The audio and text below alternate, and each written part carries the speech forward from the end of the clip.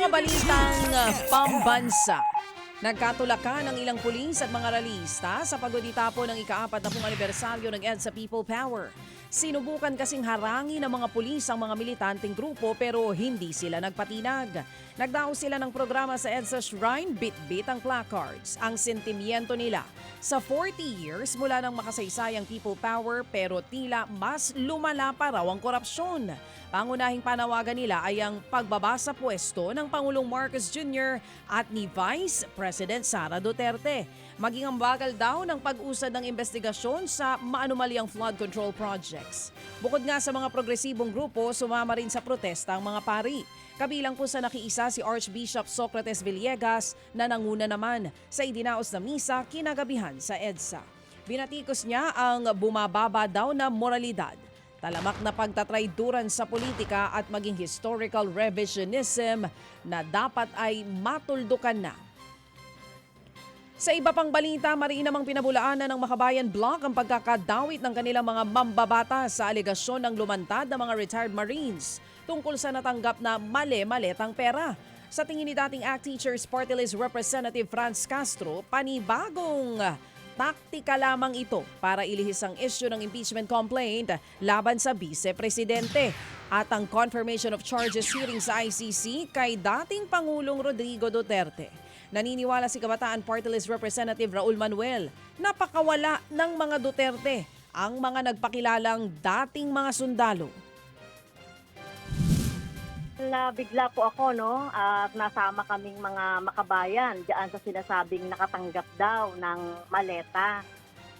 Talagang dinideny po namin ito at walang katotohanan yung mga nabanggit diyan sa affidavit na yan. Tingin natin ay distraction, no? Parang pusit tactics na naman ito. Lumabas pa talaga dun sa mga page, gaya ng sabihin na po natin, Paolo Duterte supporters, ganyan, at iba pang mga pages sa Facebook.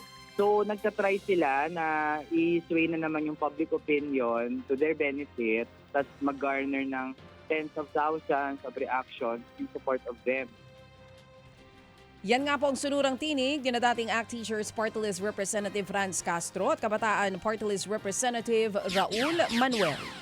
Samantala, duda naman sa timing ng paglantad ng mga nagpakilalang dating Marine si Manila 3rd District Congressman Joel Chua. Ayon kay Chua, hindi totoo ang paratang na isa siya sa tumanggap ng mali-maleta daw na pera. Gaya ng Makabayan Block, naniniwala si Joel Chua na gusto lamang sirain ng mga nasa likod ng mga Marino ang ginagawang pagdinig ng House Squad Committee lalo't sisimula ng impeachment proceedings laban kay Vice President Sara Duterte. They wanted to discredit itong mga ginagawa po natin pagdinig dito sa Kamara. Nakakatawa dahil nila sinasabi nila dyan sa HOR pag ginagawa. Wala po lahat ito katotohanan. Yan nga po ang tinig ni Manila Congressman Joel Chua. Sa iba pang balita, sinampahan naman ng ethics complaint si Senator Ronald Bato de la Rosa dahil sa matagal nitong pag-absent sa Senado.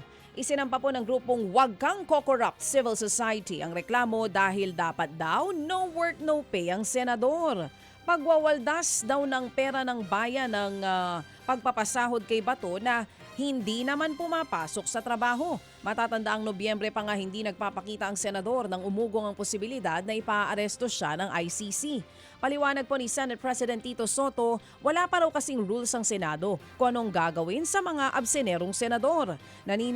Sisilipin daw niya ang reklamo at maaari rin daw tanggalan ng committee membership si Senator Bato dahil sa hindi pagdalo sa mga hearing.